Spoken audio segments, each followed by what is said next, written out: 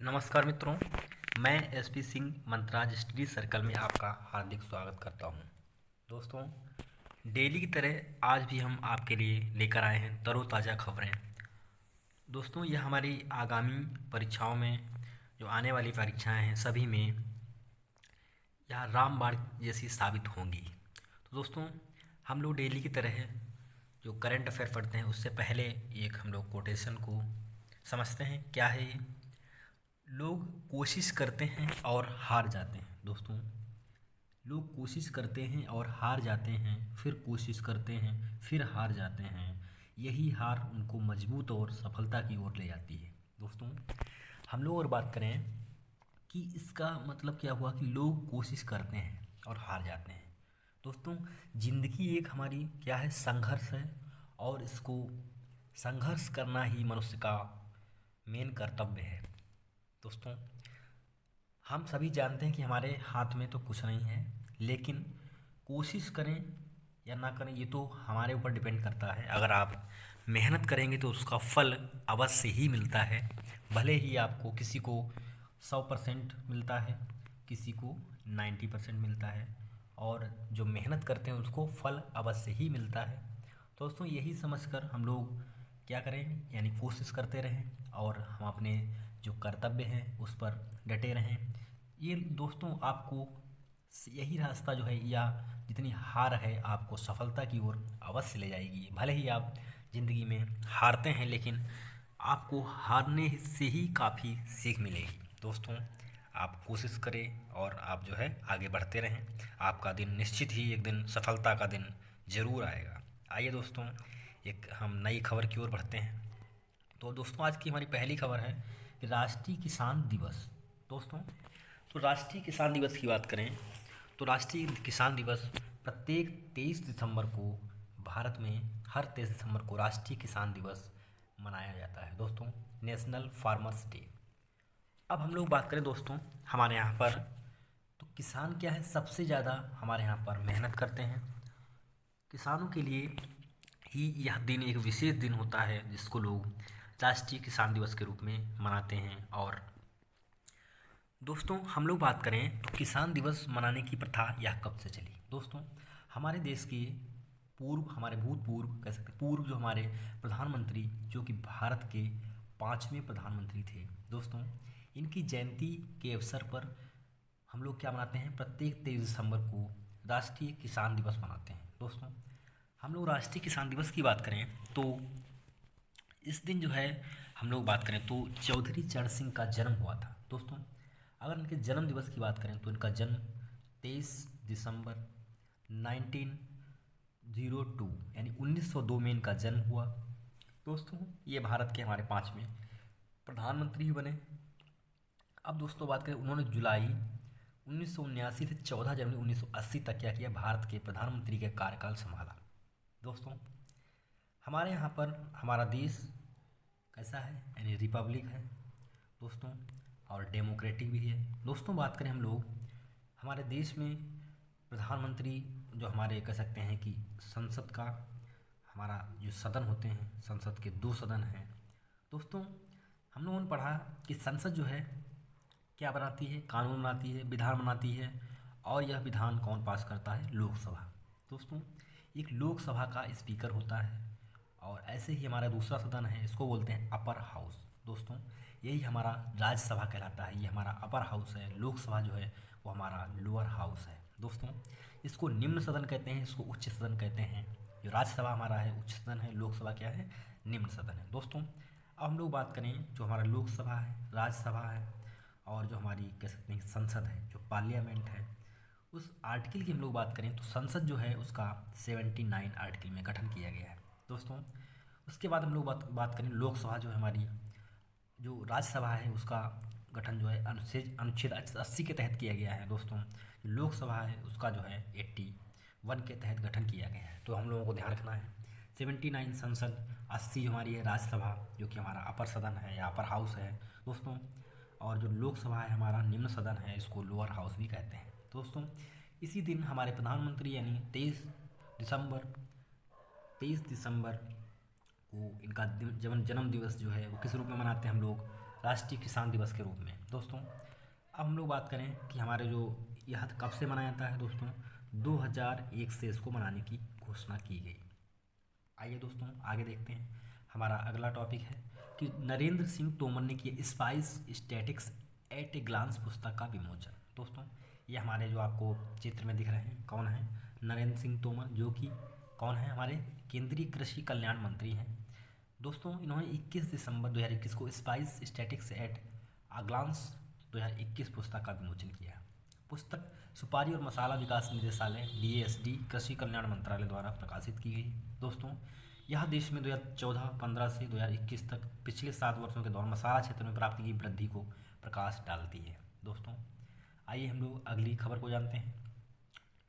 Asian पुरुष championship trophy यानी भारत ने पाकिस्तान को हराकर जीता कांस्य पदक। दोस्तों जब कोई भी हमारे यहाँ पर मैच होता है तो आप भारत और पाकिस्तान के बीच में काफ़ी, भारत बनाम पाकिस्तान के बीच में काफ़ी, चाहे वो मैच क्या हो, हमारे यहाँ पर कह सकते हैं कि पाकिस्तान के बीच में कोई भी मैच हो, चाहे तो एशियन पुरुष चैंपियन ट्रॉफी हो, चाहे हॉकी हो, चाहे तो क्रिकेट हो, सभी का हम लोग बहुत ही आनंदपूर्वक उसको देखते हैं। तो इसी हमारी जो एशियन पुरुष चैंपियनशिप ट्रॉफी में भारत ने पाकिस्तान को हराकर क्या जीता है दोस्तों, कांस्य पदक जीता है। दोस्तों इस टूर्नामेंट में हम लोग बात करें 4-3 से भारत ने जीता और तीसरा स्थान प्राप्त किया। दोस्तों अगर पहले स्थान की बात करें तो हमारे जो कह सकते हैं दक्षिण कोरिया है, उसने किसको, जापान को 4-2 से हराकर स्वर्ण पदक जीता है। दोस्तों भारत और पाकिस्तान के बीच यह मैच कहाँ हुआ, बांग्लादेश। दोस्तों अगर हम लोग बांग्लादेश की बात करें, ढाका, बांग्लादेश के ढाका मौलाना भासानी नेशनल स्टेडियम में इसका आयोजन किया गया। दोस्तों आइए अगली खबर को हम लोग देखते हैं। हांगकांग के शोधकर्ताओं ने विकसित किया पहला कोविड-19 स्टेनलेस स्टील। दोस्तों यह क्या करेगा कि हांगकांग विश्वविद्यालय ने इस परियोजना में टीम ने पहला कोविड-19 स्टेनलेस स्टील का उत्पादन किया है। यह अपनी सतह पर सीवियर एक्सिक्यूटिविटी सिंड्रोम कोरोना वायरस 2 यानी सार्स कोविड-2 को मारता है। दोस्तों यह ऐसा स्टेनलेस स्टील है जिसके यूज़ करने से कोविड-19 यानी कोविड जो है हमारा वायरस है, ये क्या है, मर जाएगा।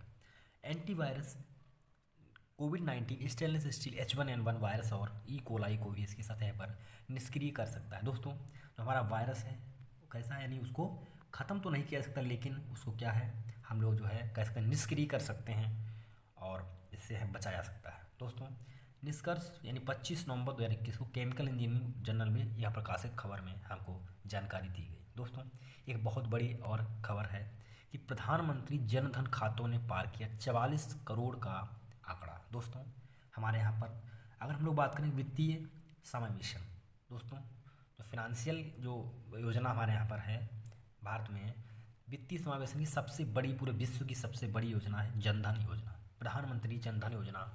इसके तहत हमारे भारत में 44 करोड़ से अधिक ये आंकड़ा पार किया है, जिससे क्या हुआ, हमारे भारत में 44 करोड़ से अधिक खाते खोले गए, जिसमें प्रथम स्थान पर दोस्तों हमारा यूपी है। सबसे ज़्यादा खाते कहाँ खोले गए, यूपी में। दोस्तों अगर हम लोग बात करें PMJDY प्रधानमंत्री जनधन योजना 28 अगस्त 2014 को हमारे प्रधानमंत्री द्वारा इसको लॉन्च किया गया। यह विश्व की सबसे बड़ी हमारी वित्तीय समावेशन की सबसे बड़ी योजना है।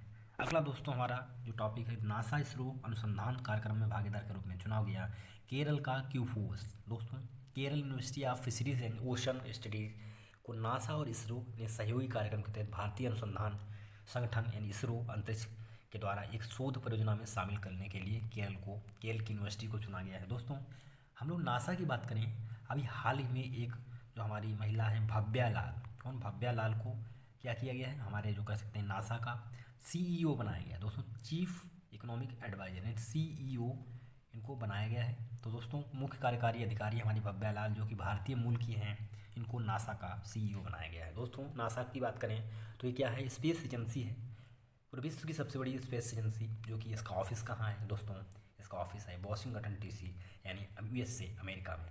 ऐसे ही दोस्तों बात करें इसरो का मुख्यालय कहाँ, बेंगलुरु में है, और इसकी कई कह सकते हैं कि और ब्रांचें हैं, जैसे कि आपकी केरल में तिरुवनंतपुरम में, उसके बाद में और आंध्र प्रदेश में। दोस्तों अब हम लोग बात करें इसरो का जो मुख्यालय है वो कहाँ है, बेंगलुरु में है, और इसके जो हेड हैं, जो चेयरपर्सन है वो कौन है, के सिवान है। दोस्तों आपको ध्यान रखना है कौन है, के सिवान। दोस्तों अब हम लोग देखते हैं कि हमारे जो तो ये क्या करेगा, इसको निसार को अंतरिक्ष जनित सिंथेटिक एपर्चर रडार के द्वारा विकसित करें, जैसे जनवरी 2013 में इसको क्या होगा कि लॉन्च किया जाएगा। दोस्तों आइए हम लोग अगली खबर को देखते हैं। पंकज अडवाणी ने जीता अपना 11वां राष्ट्रीय बिलियर्ड्स खिताब। कौन सा, इनका 11वां खिताब है दोस्तों। इन्होंने फाइनल गेम में 5-2 से हराया किसको, सीतावाला को। दोस्तों सीतावाला के 64 और 42 ब्रेक के बाद अडवाणी ने 1-1 पर समानता के लिए 56 और 46 के ब्रेक के साथ जवाब दिया। दोस्तों यह उनका कुल मिलाकर 35वां खिताब है। दोस्तों अभी तक वो हमारे पंकज अडवाणी हैं कितने, यानी 35 खिताब जीत चुके हैं। दोस्तों IBSF international billiards and schooner federation world championship जो है इसका 15वीं बार आयोजन किया गया। दोस्तों हम लोग बात करें HDFC लाइफ। HDFC जो बानी बैंक है उस लाइफ ने क्या जीता, सर्वश्रेष्ठ शासित कंपनी का दर्जा इसको मिला है लार्ज कैटेगरी।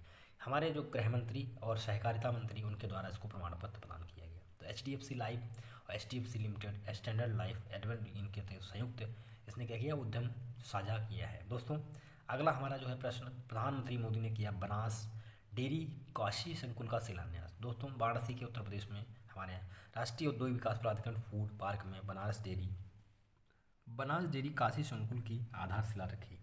हमारे कब, प्रधानमंत्री मोदी द्वारा इसकी आधारशिला रखी गई। दोस्तों हम लोग बात करें कि यहाँ पर उन्होंने बायोगैस आधारित बिजली उत्पादन संयंत्र की भी आधारशिला रखी है।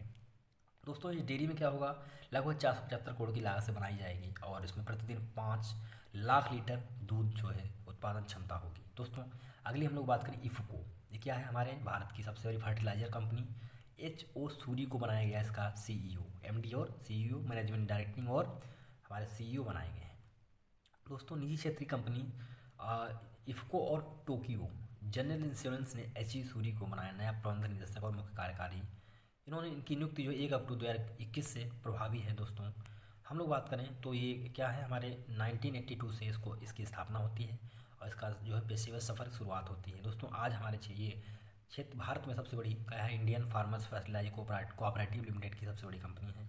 अगला हमारा दोस्तों प्रश्न है, MS राजीव चंद्रशेखर ने क्या उत्तर प्रदेश में 7 इंटरनेट एक्सचेंज नोड्स का इसको लॉन्च किया है। दोस्तों ये कहाँ कहाँ पर स्थापित किया है, नोड मेरठ, आगरा, कानपुर, लखनऊ, प्रयागराज, वाराणसी और गोरखपुर में शामिल होंगे। ये आपको ध्यान रखना दोस्तों, इंटरनेट एक्सचेंज नोड्स को लॉन्च किया है कितने, 7। आज तक उत्तर प्रदेश में गौतम बुद्ध नगर में केवल 1 इंटरनेट एक्सचेंज नोड काम कर रहा था, जो कि अब बढ़ाकर कितना कर दिया है दोस्तों, 7 कर दिया गया है। यहाँ पर नोड मेरठ, आगरा, कानपुर, लखनऊ, प्रयागराज, वाराणसी, गोरखपुर में ये सारे उत्तर प्रदेश के ज़िले हैं, यूपी में 7 जगह पर इसको चालू किया जाएगा। दोस्तों अगला हमारा प्रश्न है कि भारतीय रिजर्व बैंक द्वारा एजेंसी बैंक के रूप में सूचीबद्ध किया गया CSB बैंक। दोस्तों निजी क्षेत्र की ऋणदाता कंपनी CSB को भारत बैंक ने RBI ने भारतीय रिजर्व बैंक के द्वारा इसको राष्ट्रीय सरकारी सामान्य बैंक व्यवसाय शुरू करने के लिए एजेंसी बैंक के रूप में नामित किया है। दोस्तों हम लोग बात करें तो ये कैसी CSB बैंक लिमिटेड, जिसे पहले कैथोलिक सीरियन बैंक लिमिटेड के नाम से जाना जाता है, जिसका मुख्यालय त्रिशूर केरल में है। दोस्तों CSB बैंक सूरत पर कर कटौती, TDS, GST, स्टैम्प ड्यूटी आदि लेन देन को संभालेगा। दोस्तों तो आज के हमारे कुछ ये महत्वपूर्ण हमारे कुछ सेशंस में जो हमारे कुछ टॉपिक थे। दोस्तों अब हम लोग जो है अगला टॉपिक मिलेंगे नेक्स्ट डे। तब तक के लिए आप पढ़ते रहिए और आप शेयर करें, कमेंट करें। थैंक यू, धन्यवाद।